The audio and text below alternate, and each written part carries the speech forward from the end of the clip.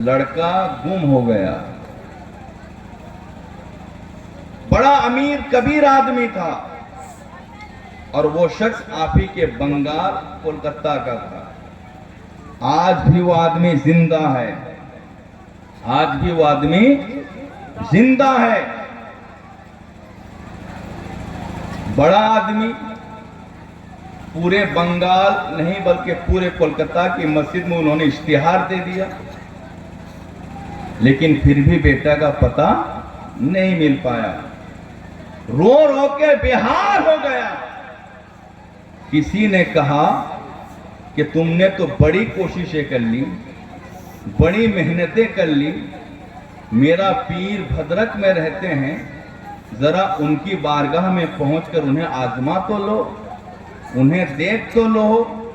मुझे यकीन है अगर तुम दिल साफ लेकर जाओगे, क्या लेके जाओगे? दिल साफ ले जाओगे, तुम्हारा बेड़ा पार हो जाएगा।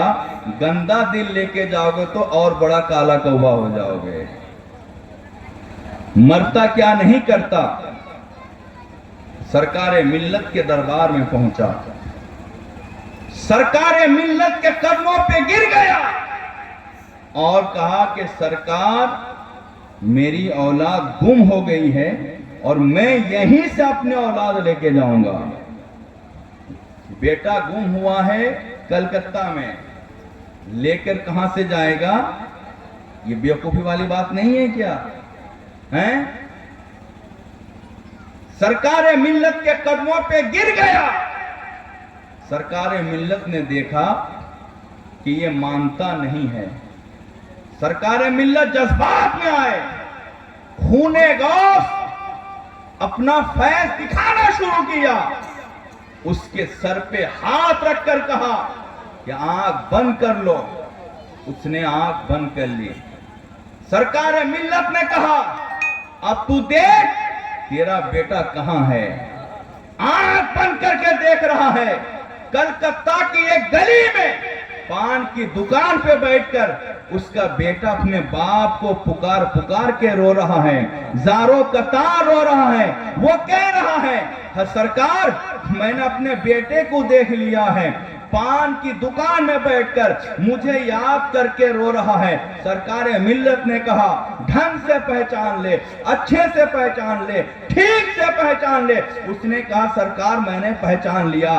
सरकार मिल्लत ने कहा, जा तो अपने बेटे को वहां से हासिल कर ले। इसने कहा, सरकार जब मैं यहां से जाऊं, जाते जाते तो काफी वक्त लग जाएगा। मेरा बेटा अगर वहां से निकलकर दूसरी गली में चला गया, किसी दुकान में और बैठ गया, मैं क्या करूंगा? सरकार मिल्लत ने कहा, जो आदमी तुम्हें भद्रक से बेटा दिखा सकता है, वो भद्रक में बैठकर तेरे बेटे को उसी दुकान में ठहरा कर तेरे हवाले कर सकता है। जान नसीबे कादरी जिम्मा लेता है, जब तक तू वहां नहीं पहुंचेगा, तेरा बेटा वहां से कदम ना आगे जा सकेगा। नबी नारे तकबीर, नारे रिसालत, फैज़ाने ग़ौसे आज़म, फैज़ाने आला हज़रत, फैज़ाने मुजाहिदे मिल्लत, करामते सरकारे मिल्लत, जश्ने छोटे बड़े सरकार, आदरिया नसीबी कमेटी, उलमाए अहले सुन्नत। तो ऐ नसीमी, जो तुम ये मत सोचो हम बंगाल में जलसा कर रहे हैं, पीर की कब्र तो भद्रक में है, वो वहां से यहाँ कैसे सुन सकते हैं? ये मत सोचो हम इस्लामपुर में हैं, वो सरकार नगर में है, हमारी मदद कैसे कर सकते हैं? ऐ लोगों, जो इंसान भद्रक में बैठकर कोलकाता में बेटा हवाले कर सकता है, वो आदमी सरकार नगर में रह के इस्लामपुर के मुरीदों को भी देख सकते हैं। नहीं देख सकते हैं क्या? समझ रहे हो मेरी बात? नहीं समझ में आ रही है? यही फर्क है आपके पीरों में, आपके पीर साहब में और दूसरे में। सरकारे मिल्लत वो हैं जो देना जानते हैं, बोलो सुभान अल्लाह, लेना नहीं जानते हैं। और सरकारे मिल्लत वो हैं जो देकर भी छीनना जानते हैं। बोलो सुभान अल्लाह। ये बात आप जानते हो क्या नहीं कि सरकार मिल्लत का कोई खलीफा है क्या? अरे है क्या? इसीलिए अगर किसी शख्स के शजरा में सरकार मिल्लत का नाम देख लो तो समझ लो कि पक्का झूठा है, वो जालसाजी काम करना चाहता है। इसलिए मेरे भाइयों, अगर तुम्हारे दिल में ये शौक पैदा हो कि मैं सरकार मिल्लत के आस्थाने से जुड़ा रहूं, उनके गुलामी में रहूं, इधर उधर भटकने की जरूरत नहीं है, उनको दिल से पीर मान लो, वो तुम्हारे पीर हो जाएंगे, तुम उनके मुरीद हो जाओगे। मुरीद बनने के लिए मैं खुलेआम कहता हूं और हवाले के साथ कहता हूं, डंके की चोट पे कहता हूं, किसी में जुर्रत है तो हमारा सामना कर ले। मुरीद होने के लिए चादर पकड़ना जरूरी नहीं है, मुरीद होने के लिए कलमा पढ़ना जरूरी नहीं है, मुसलमान होना जरूरी है, मुरीद होने के लिए शजरा लेना जरूरी नहीं है, मुरीद होने के लिए दिन से मान लेना जरूरी है। जैसे कि सरकार गौस फरमाते हैं कि जो भी शख्स मुझे अपना पीर मान लेगा वो मेरा मुरीद हो जाएगा। ये फरमाते क्या नहीं? हर आलिम तकरीर में बात कहते हैं, हर खतीब तकरीर में बात कहते हैं, हर मौलाना तकरीर में बात कहते हैं कि गौस पाक फरमाते हैं जो भी मेरा इरादा कर लेगा वो मेरा मुरीद हो जाएगा। अगर मुरीद होने के लिए चादर पकड़ना जरूरी होता तो आज अगर कोई गौस पाक का मुरीद होना चाहेगा तो क्या करेगा वो? क्या करेगा वो? बगदाद जाएगा और गौस पाक से अर्ज करेगा कि आप जमीन पर आइए और मुझे अपनी चादर पकड़ाइए। यही कहेगा क्या हैं?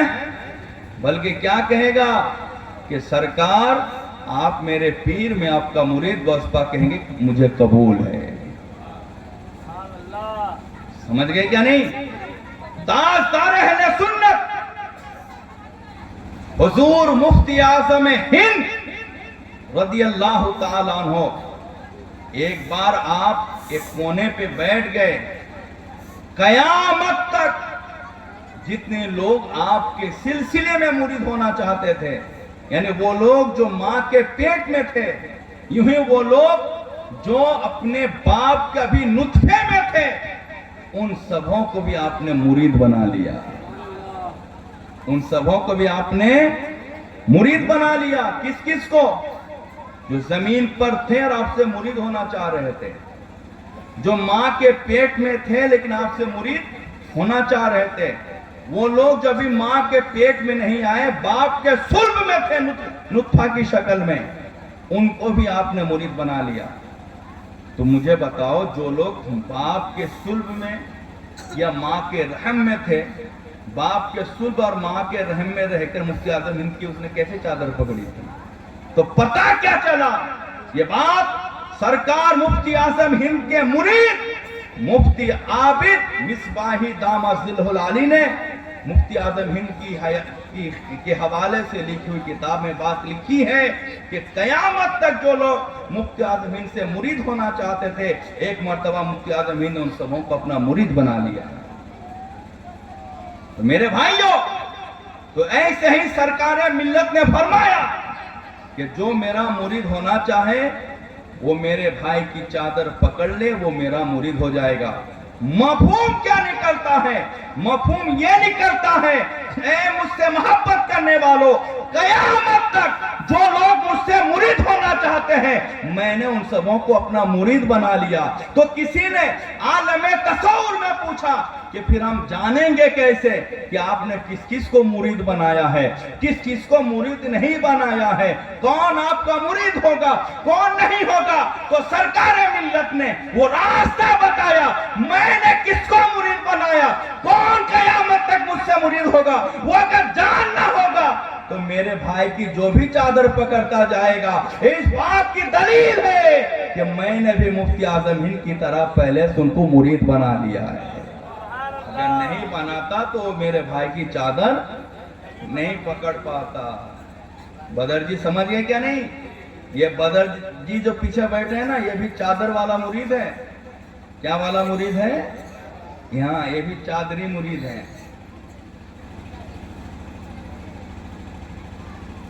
आपके पीर में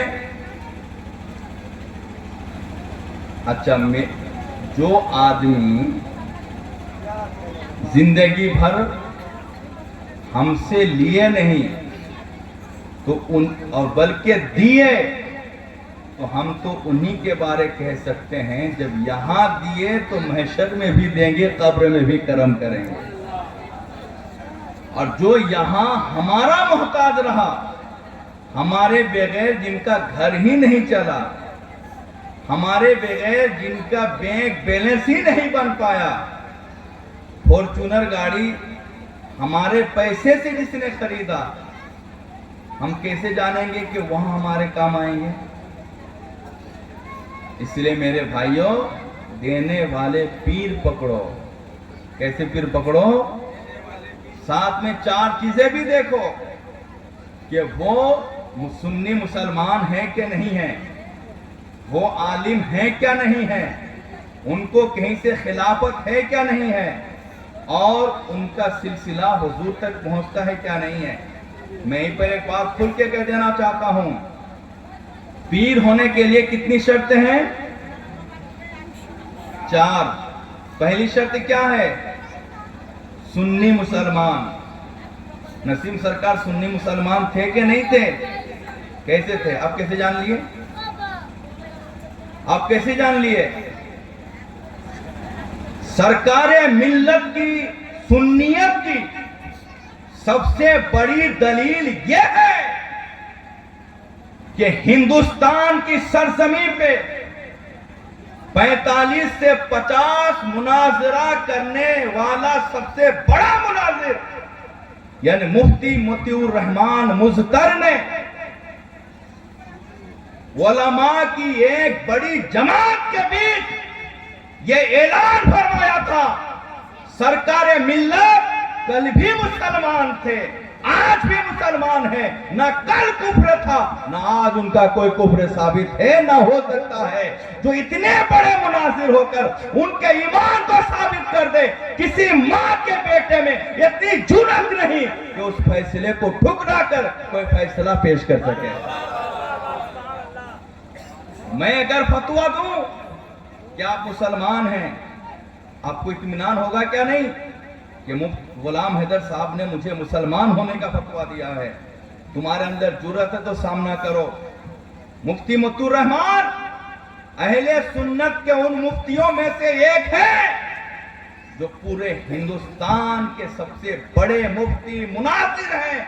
आज इस दौर में उनके मुकाबिल का ना कोई मुफ्ती है ना कोई मुनाजिर है। उन्होंने ऐलान किया, ना कुफ्र था ना कुफ्र है। सुने हो क्या नहीं? नसीरुल लंगर में रह गए हो, जलेसर का प्रोग्राम सुन लो। 50 से 55 उलमाए किराम की मौजूदगी में मुफ्ती मोतिउर रहमान साहब ने ये ऐलान फरमाया था। कौन मुफ्ती मोतिउर रहमान?